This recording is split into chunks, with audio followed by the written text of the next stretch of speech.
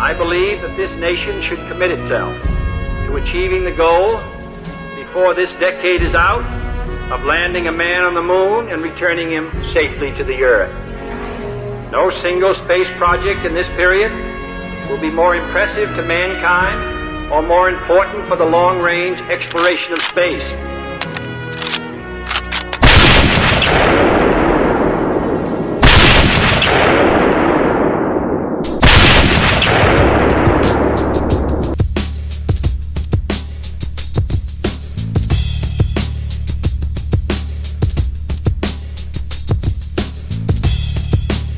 What up, what up? This is your boy Rob Clark, welcoming you to the 22 November Network. Get ready for another exciting edition of the Lone Gunman Podcast, featuring me, that's right, your boy Rob Clark, coming at you. Stay tuned. Be right there.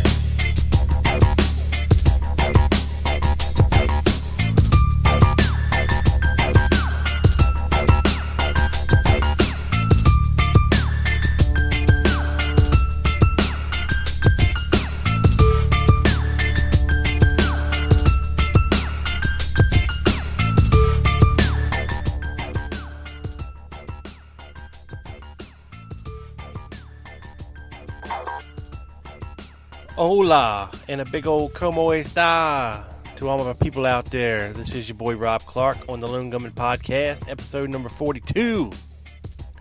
Punchin' Judy, which is a play on words. I hope you understand. This is not a literal sense. You know, the old marionette dolls, Punchin' Judy.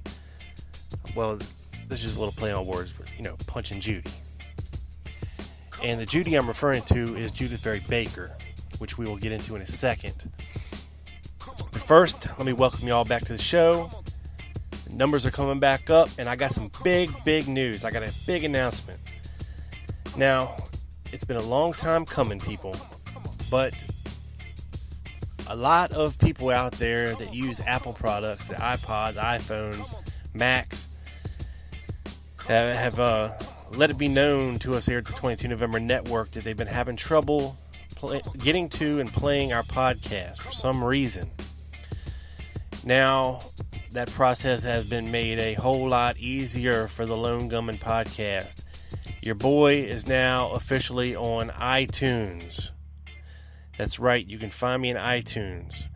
I'm on Stitcher. You can get the Stitcher app and listen to me through there. I am also now currently on Blueberry, which can be found if anybody out there has Roku boxes, stuff like that. You can listen to me on your television while you're cleaning the house. Crazy stuff, man. Crazy stuff. I'm blowing up all over the place. I figured, you know what? It's time. It's time to start disseminating and getting this thing out there in more places. So that's the plan. And that's not all of them. I got a couple more in the works. So you can listen via iTunes, via Stitcher, via Spreaker, and via Blueberry. That's Blueberry with no E's in it. Blueberry. Okay. You can go to blueberry.com/The Lone Gunman Podcast, and you find me there. And so yeah, that's the big news, man. I'm excited, and iTunes is huge, man. There's a lot of people that use Apples. I'm an Android guy myself, so I never went to the dark side. To Apple products. But for those of you that do, and I know there's millions of people out there that do, it's now easy to find me. I'm in iTunes. All you got to do is subscribe. Please leave me some good feedback. You can rate the podcast. It only helps with my exposure. The more you like, each episode, the more you leave comments and feedback, the better it is for me to get featured, which is more eyes on my show and more ears, or my show in more ears. Put it like that. So if you want to help me out, that's how you can help me out. You can share the show, share links to the show, comment, rate it, subscribe. You can subscribe on Stitcher. You can subscribe on iTunes. You can subscribe on Blueberry, and you can follow me on Spreaker. That's all I ask, people. help a brother out. I work hard doing this stuff for you guys. The least you can do is hit a like button for me. I would appreciate it. Or leave some feedback. Say, hey, man, loving the show. I'm digging it. Keep up the good work. Blah, blah, blah. That would help me immensely. And I would truly, truly appreciate it. So if you could do that for me, awesome. Okay? Now let's get right into this. Because this is a topic I've been putting off for a while now. And I'm not going to lie to you. A little bit of me is just a little teeny tiny torn here, because unlike a lot of people out there who criticize Judyth Vary Baker, I have read her book. I do own her book. I did buy her book on Kindle. Okay, it's on my phone right now. I've read it twice. Okay, I read it once the first time a couple years ago. And I read it again a couple months ago, just to refresh my memory. Because, how can I put this? Well, we had to go to this conference, right? The one that I've been pimping forever. It was in Alexandria, the Warren Report 50 years later. And, of course, Judyth Baker was going to be there. So I wanted to bone up a little bit on my Judyth Baker information so I could ask intelligent questions. And I will say this, in person, face to face, a very nice lady, very, very gracious lady. And, it's hard to call somebody a liar to their face or to question them to their face. 'Cause then you look like the asshole to everybody. So I kept my mouth shut at the conference, Yes, I did talk to her. Yes, Doug interviewed her. You can go back and listen to that. I was standing right there, filming it. And, all I can say is very nice lady. You know what I'm saying? She, no problems there. Now, the question then comes, do I believe her story? And the answer to that is, I don't. And there's plenty of reasons for that. Okay, and we're going to get into them. All right? The reason I want to talk about this right now is because, and the reason I named this podcast Punchin Judy, is because she is taking a beating right now on social media, on Facebook. And there's a couple people throwing the punches. It's not me, although you can count this as a punch if you want to, but Greg Parker, he's a great researcher from Australia. And a quick aside, okay, I reached out to Greg because they're putting on a JFK conference in Australia next year, okay? The weekend of the assassination in Australia, because, there's a lot of good Australian researchers from Australia and New Zealand. And Frankie Vegas and Greg Parker are pretty much trying to put this thing together down there. And they've already got a couple people lined up via Skype and actually in person there. And as we get closer to it, I will let you in and let you know more. But I would recommend, like I said, that we're still a ways away. We're 10, 11 months away. But if you're planning on going, you might as well start planning now. And if you're going to Australia, you might as well stay for a week, okay? So look at the calendar and make plans now. Reserve your tickets now. It's going to be a hell of a lot cheaper than if you wait till the last minute. Go to reopenkennedykcase.org for details of the where and the when exactly. And like I said, as time goes on, I'm going to be repeating this. Because I like Greg. I like the Reopen Kennedy Case Forum. I think they're doing really good work over there. And I'm going to support them. I'm going to help them out. I'm going to help promote their conference. So you're going to hear me talk about it a lot next coming year, because it's something I believe in. And, it's going to be a no-nonsense kind of conference. Okay? So be on the lookout for that. But go visit reopenkennedykcase.org, okay, for more details. And start planning now, people. Okay. But like I said, Greg is taking it to Miss Judy Baker right about now.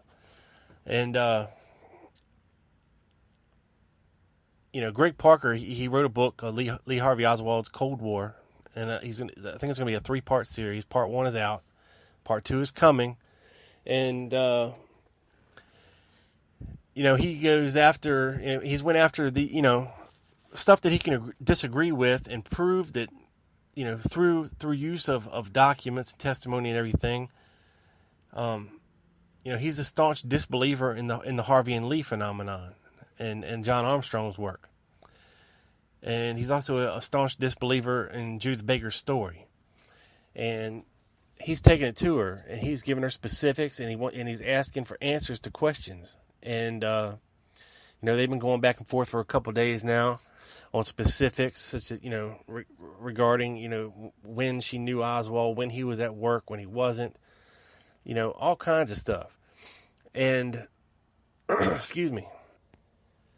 And then we had Zachary Gendo. I hope I'm saying your name right, dude. Zach Gendro and Trish Fleming. Their article came out on their debunked blog, basically using science to disprove Judyth Baker's pixelation study, the one she did of Oswald in the doorway. Proving it was Oswald in the doorway through a pixelation analysis, which is horseshit. And I believe that's horseshit. So, great job to them. They're bringing the fight to Judy too. They're asking her the hard questions, and she's deflecting. So Judy's taking a shelling right now from all kinds of directions. And it's not hard to talk to Judy. I mean, if you call her out, she will answer you. But she also has her defenders. There's like a wall of people around her that staunchly believe her story, okay? And I equate it to almost like a religion or a cult, because these people are applying heavy, heavy faith that what she's saying in her story is accurately true, without many facts. Here's the facts, okay? Here's what Judyth Baker can back up. She was in New Orleans the summer of '63, and she worked at Riley Coffee Company at the same time Lee Oswald did. Okay? That's the only thing that she can prove with documents or otherwise. Okay? That's it. That's all she can prove. She can't prove this romance. She can't prove, that she was involved in this cancer stuff. None of that. Can't prove none of it. Okay? So, and even her people in her own family, were like, no, thank you. Her ex-husband was like, she's crazy. She's literally insane. And when she was telling her story at 60 Minutes, they sent her for a psych evaluation, and she failed miserably, and the story was pulled. Okay? And here's what I have a problem with, okay? And this is just me. People love to point to Dr. Mary's monkey as proof, that Judy's story is true. But if these people did one iota of research, they would find very, very quickly that Ed Haslam's book, Mary, Fairy, and the Monkey Virus, okay, notice I did not say Dr. Mary's monkey. He wrote a book that came out in 1995 called Mary, Fairy, and the Monkey Virus. Okay? And it was a very short book, and it did not detail this elaborate scheme, to kill Castro and develop a fast-acting cancer and all this stuff. It just basically tied the death of Mary Sherman to David Ferry, who had a couple of rats in cages in his apartment, and basically that they were working secretly on a cure for cancer. Now, that's a little bit different than developing a fast-acting cancer virus, okay, for the government, CIA type stuff. Now, in 1995, in this first book, and Ed Haslam lives in New Orleans, or he used to. He grew up there. And he interviewed a lot of local people, neighbors, all kinds of stuff of Mary Sherman and David Ferry. Not once did anyone mention Judyth Vary Baker, or either some nebulous other woman being there or being seen, or Lee Harvey Oswald for that matter. Because you have to remember what Judy Baker alleges in her book, that Lee Oswald was a courier, for these mice and these diseases. I mean, he was supposedly going to Tennessee to get, radioactive plutonium or whatever the hell he was getting there. He was playing this courier type guy. So he was always, she alleges he was always running from Ferry and Sherman and, back and forth to the rat house and back. Nobody, in this first book, Lee Oswald's not even in it. Okay? So here we have this first book in 95. We have Judyth Baker not coming out on The Men Who Killed Kennedy until 2003. Now, we know she was kind of active in the community before that. I would say probably about 98 or 99 is when she first came out in the community to certain researchers. And, of course, she contacted Ed Haslam, okay, and said, hey, I read your book. I can tell you it's all true because I was there. I was part of it, okay, and I can tell you all this other stuff and way more details. So, of course, Ed Haslam is going to be interested, and he's going to contact her. Now, keep in mind, Judy's already read the book, and Judy supposedly knew these people. And so, of course, he ate her story up like dessert pudding, okay? And he rewrote his first book. He changed the title and called it Dr. Mary's Monkey, and included Judyth in that version of the book and her story. Okay? Now, he also helped her write her book. Okay? Me and Lee. As did several other researchers like Martin Shackelford and a couple others, Howard Platzman. But, because she claims to have like one of these photographic memories, she can remember where she was and what she was doing on, May 17th of 1963. I couldn't tell you what I did last week, but, okay, whatever. But, it's not hard to plan out, through documents and Warren Commission exhibits exactly where and what Lee Oswald was doing damn near every day that summer. Okay? Sure, there's some days unaccounted for, but it wouldn't be anything to lay these things down in a big spreadsheet and for Judith to study them and say, okay, we were working at Riley this time, so, I saw him this evening, and, we did this, we went there, I bought him this shirt, we had sex, we were, whatever. It's easy to make a story, okay? Now, I'm not sure why people would do this. Some people, seek attention. I can guarantee you this. She is making money off this story. Believe me, she is. Her book has been in the top 10 of JFK books for years. Years. Okay, now I know that's not like the bestseller list, but, it's because it's not just an assassination book. Okay, it's a love story. Okay, it's a romance, and women eat this stuff up, especially because they can relate to it. They can relate to a love story.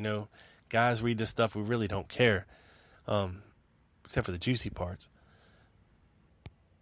And Richard Charnon of the Oswald Innocence Campaign, of which, by the way, Judyth has started her own Oswald Innocence Campaign and basically booted Ralph to the side. And Richard Charnon is one of her most staunch defenders And he likes to every couple weeks or so, just put out the best-selling JFK conspiracy books based on Amazon sales rankings. Now, as of January 10th, let me read you this list. Okay, this is the top 20 books. JFK conspiracy-related books as of January 10th this year. Number 1 is JFK and the Unspeakable. Okay, well-deserved to be number 1. Okay. Next, we have Reclaiming Science, Charnin's own book, The JFK Conspiracy. Kookville, and I'm only saying that because many people have pointed out problems with his death calculation analysis, but he refuses to revise his standings, and it's junk science. It's hard to prove that a heart attack wasn't really a normal cause of death. And yes, a lot of people surrounding this story did meet untimely demises. And I do believe some were connected to the conspiracy. Okay, but he takes it way, way, way, way, way too far. And he's not the first one. Craig Roberts did it. Penn Jones did it before him. People have been doing it for 40, 50 years, okay, trying to tie these deaths back to the JFK conspiracy. But he's number 2. And then number 3, we have The Man Who Killed JFK, okay, which I think is Roger Stone's book, which is another LBJ did it crap-ass piece of shit book. Okay. Then we have David Ferry by Judyth Baker. Okay. Then we have Dr. Mary's Monkey by Ed Haslam. Okay. At number 5. So you have 4 of the top 5 books written by kooks about stories that they cannot sustain through facts or documents or anything else. These are faith stories. Then we have number 6, They Killed Our President. Not a bad book. Okay, it's by a respectable dude.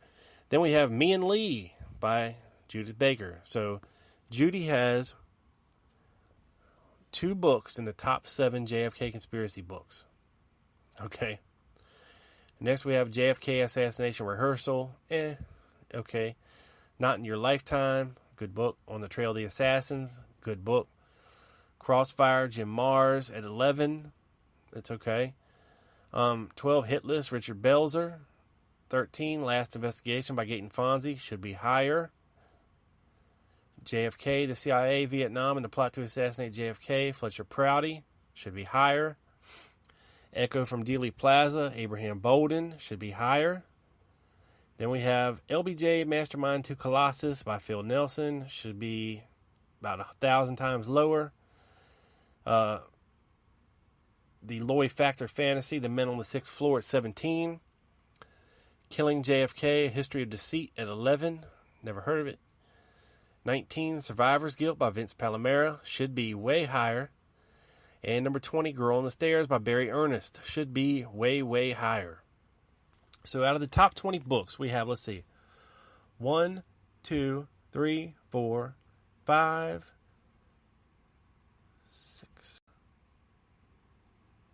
7, at least 7, possibly 8, what I call kook books.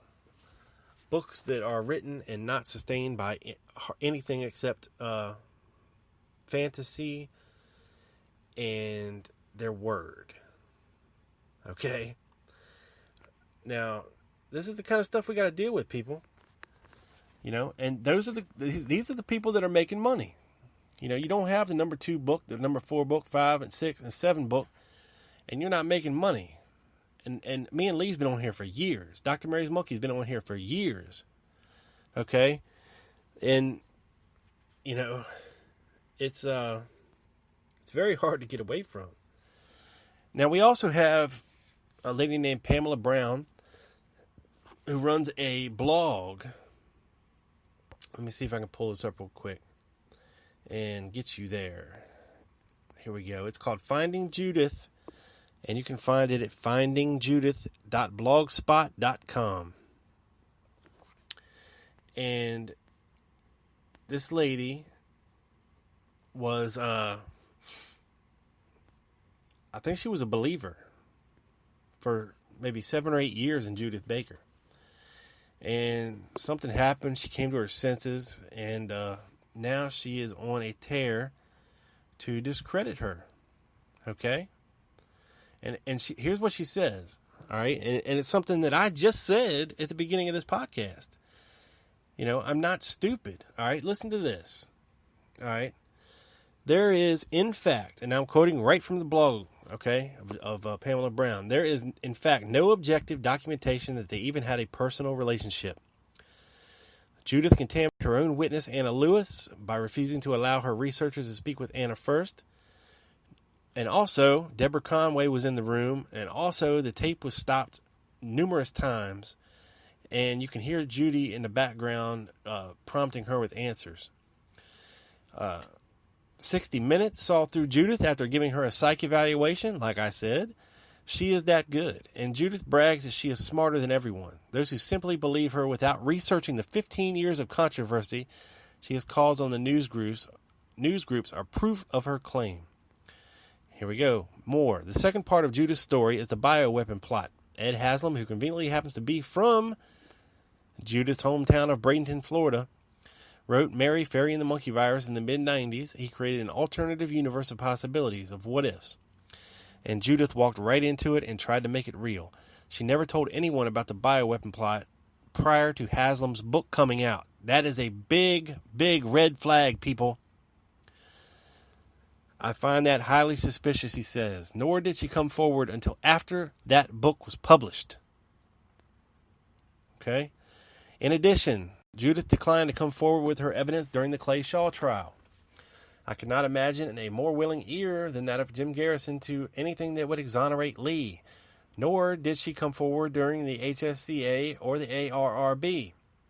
She waited until after the movie JFK came out and then came forward, not with witness testimony or verifiable evidence, but with a dramatic narrative which she claimed was real and evidence that she twisted and cherry-picked to create a Judyth-centric version of the assassination.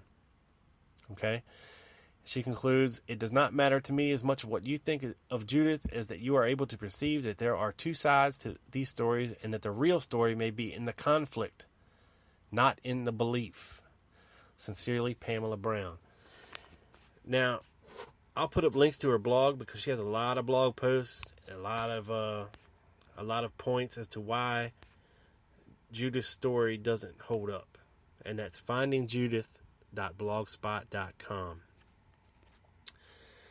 Yeah, so there's lots and lots of stuff, about Judyth. And I'm going to try to pull up one that I wrote some months ago and read you a little bit of that.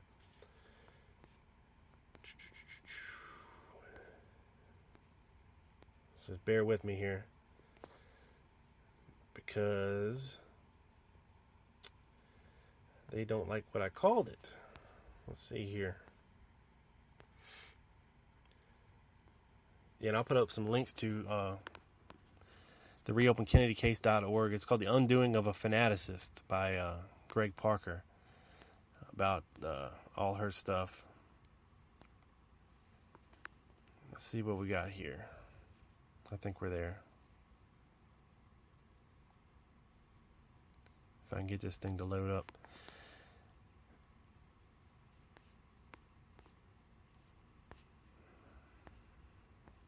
Pardon me. Yeah, because I wrote one a long time ago, and it's on my old Conspiracy Critic blog, and I called it Judyth Vary Baker, and I'll put up links to that too. But I just wanted to throw some of it out there to you. And I'll put up links to the Zach and Trish's blog. I can't find it right offhand. Oh, yeah, here we go, I think. Let me see here. I think we're there. Well, I might have put it with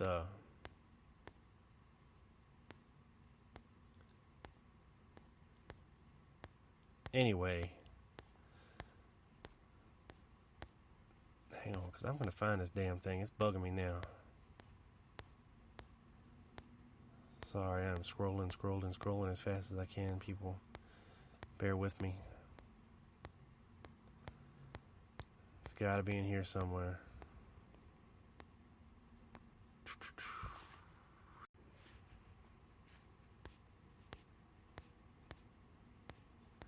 Almost done scrolling. I am so sorry for this. I should have been more prepared.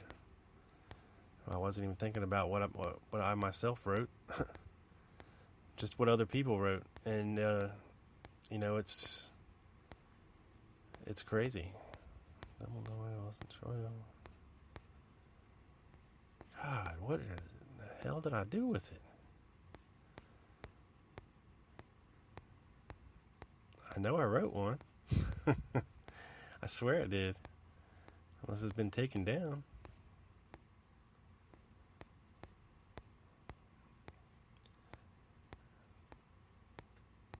I don't know. But anyway, she aligns herself with the Fetzer crew. And, Jim's put a lot of these people out and claimed them to be real. And, like Madeline Duncan Brown, Judyth Vary Baker, people like that. Judy Woods is another one, 9/11 related stuff. I don't know. I can't find this damn thing. Oh well. It just summed up my points I was trying to make, but it's all good because I'm making them from memory. Man, that really bothers me because I just paused it and went back and looked, and now I can't find it anywhere. So I don't know what the hell happened to it. That's weird. Very, very weird. Now, here's some other problems I have with her story. The way they met. Her and Lee Oswald met. Instead of him meeting her when she got into town or following her and waiting until it was safe to approach her. She's in the post office and they meet by accident, supposedly. Where she thanks him in Russian. Now, who does that? At the height of the Cold War and these anti-communism sentiments, why would she answer somebody or thank them in Russian?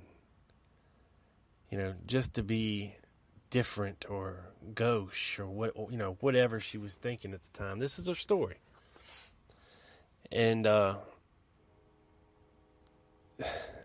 doesn't make sense to me. It's like it's like a fairy tale introduction. That's what it screams to me. Fairy tale.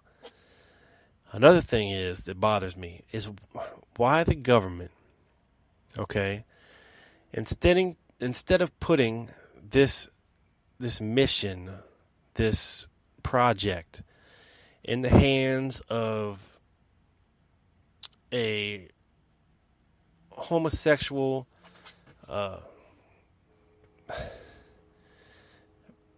pedophilic drag of society in David Ferry, and this defector Lee Oswald, who didn't have a pot to piss in, and this unknown young girl from Florida, and Mary Sherman. Okay, why would the government allow or fund them to find a fast-acting cancer? Why wouldn't they, scurry these people away to a clandestine lab somewhere and give them all the proper equipment they need, furnish them with radioactive materials that they needed, in a sterile environment where everything could be controlled, experiments could be controlled, and they will be able to work on this stuff all day long, instead of doing this in their spare time, very ragtaggedly, and short-handed and in an unsterile, unsafe environment. It just doesn't make sense to me.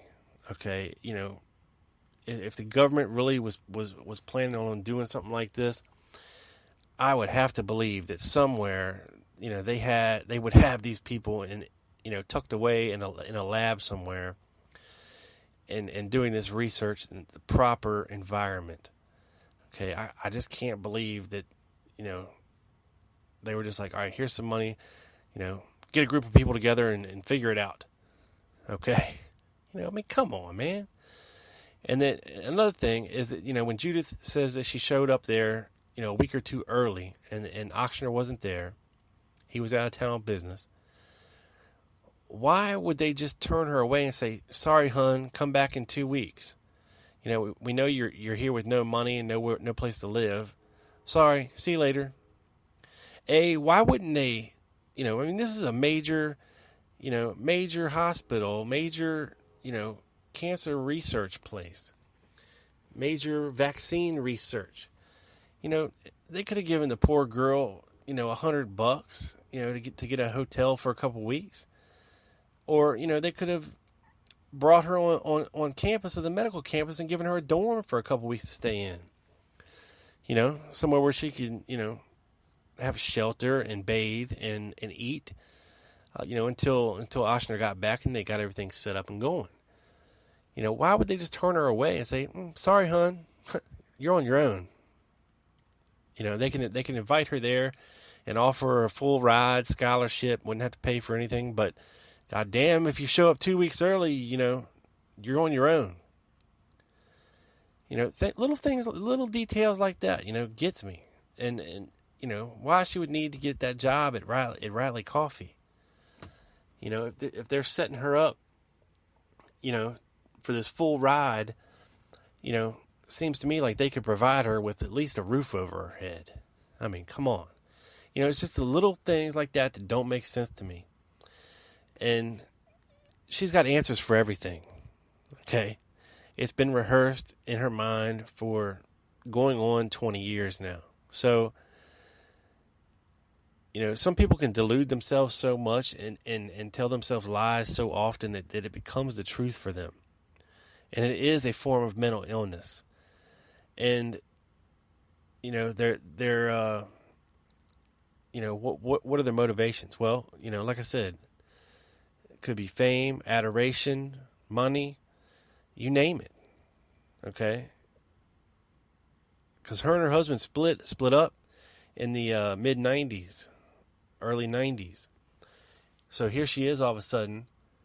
She was a taken care of lady for 30 years. Now she's on her own. She's got all these kids. A lot of her kids disowned her when she started spouting this Lee Harvey Oswald nonsense. And I did meet her son there. He seemed like a nice enough guy, down to earth. I don't know what he thought about everything. I know a couple of her siblings had problems with it. She has a green glass. She says Oswald gave her, and that's it. No proof. No proof of anything except that she worked at Riley Coffee Company the same time Oswald did. And that she was, in New Orleans at the same time Oswald was. That's all the proof we have. And Ron Lewis, Anna Lewis's husband, wrote a book in the late 80s. And guess who wasn't in it? Judyth Baker. Yet she alleges that Anna and David and her and Lee would go on these double dates. They would meet up at the diner or whatever and have dinner or drinks or wherever it was that Anna worked. He wrote this book, and he's just a minor bit player in the whole saga. Why wouldn't he just come out and say, look, Oswald had a girlfriend and it wasn't Marina. He didn't know who the hell she was in the late 80s. If it was true. She alleges to meeting Carrie Thornley. Carrie Thornley, during the Garrison investigation, probably would have said, yeah, I saw Lee in New Orleans and he was with this chick and it wasn't Marina. He could have easily told Garrison that. These people have no reason to lie. But he didn't. He didn't say that. He didn't back that up.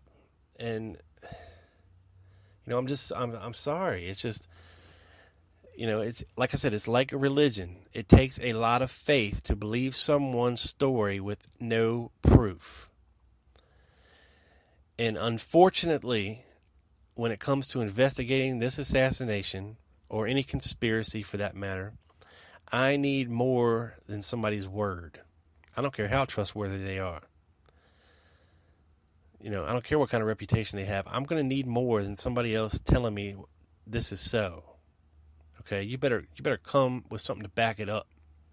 And if you can't back it up, then I'm sorry. I have to discount you from the narrative. Okay? Because I've got a shit ton of other evidence sitting over here that says otherwise. It tells me something else. And in the long run, does it really matter? She says that Lee told her that he was part of an assassination ring, and he had to participate. And he told her, I've got to be up there. I've got to have my gun. I've got to shoot. He said, but as long as I'm up there, it'll be one less bullet aimed at Kennedy, as if he was going to miss on purpose. Okay? This is what she says he told her. Then we have him. Now she says he's in the doorway. Okay? Nothing makes sense with her. It's just one thing after another. And she has her staunch supporters. Believe me, they are vehement and they're nasty. And they will come after you if you so much as speak ill of her name. I'm telling you. But that's about it for Judy. And you can believe what you want to believe. But she's been around long enough, man. She's made enough money off this. She goes on speaking engagements, book tours. Now she's putting on conferences. She's got these, best-selling books on Amazon. She's making money, people. Okay? And she admits to, in her book, helping to commit murder, if you believe what she's saying. About killing the inmate in the mental hospital, wherever they went to do human trials. She admitted to murder. Okay? So why haven't the FBI come knocking on the door and be like, all right, you're under arrest for doing this and doing this. You admitted to it. Because they can't prove it. Because it probably isn't true. There's no statute of limitations on murder. So what's up with that? But, that's about it for this week. I got a new show I want everybody to go check out. It's called Strange Days Indeed. You can find it right here on Spreaker. Okay, if you go up to my feed there and click on shows, it'll have The Lone Gunman and it'll have Strange Days Indeed. And then you just click on Strange Days Indeed, and it's got my new show right there. I'm only one show in, but please check it out. If you like it, give it a like, share it, spread the word. It's something different. It's not JFK related, but it is, other stuff that I'm sure you'll like. And a lot of you that are interested in this case will be interested in it. And please, please, please continue to come back and listen. We're doing this up big for you. I was just on Doug's show. We were talking Fred Chrisman. I got all past 41 shows on Spreaker. If you want to go back and listen, go back and check them out in the archives. They're all still up there. You can go listen or download them. Find me on Stitcher. Find me on Spreaker. Find me on iTunes. Find me on Blueberry. Okay? And hopefully in a couple other places here too, soon. I'm trying to make it easy for you guys to listen. You can pick your poison on how you want to do it. I'm just trying to give you some options. But anyway, this is your boy, Rob Clark, coming at you. This sumbitch is in the satellite, beamed up directly. Oh, I've done fucked that up. This sumbitch is in the can, beamed up directly to the satellite and down to your ears. This is your boy getting it right this time. Out.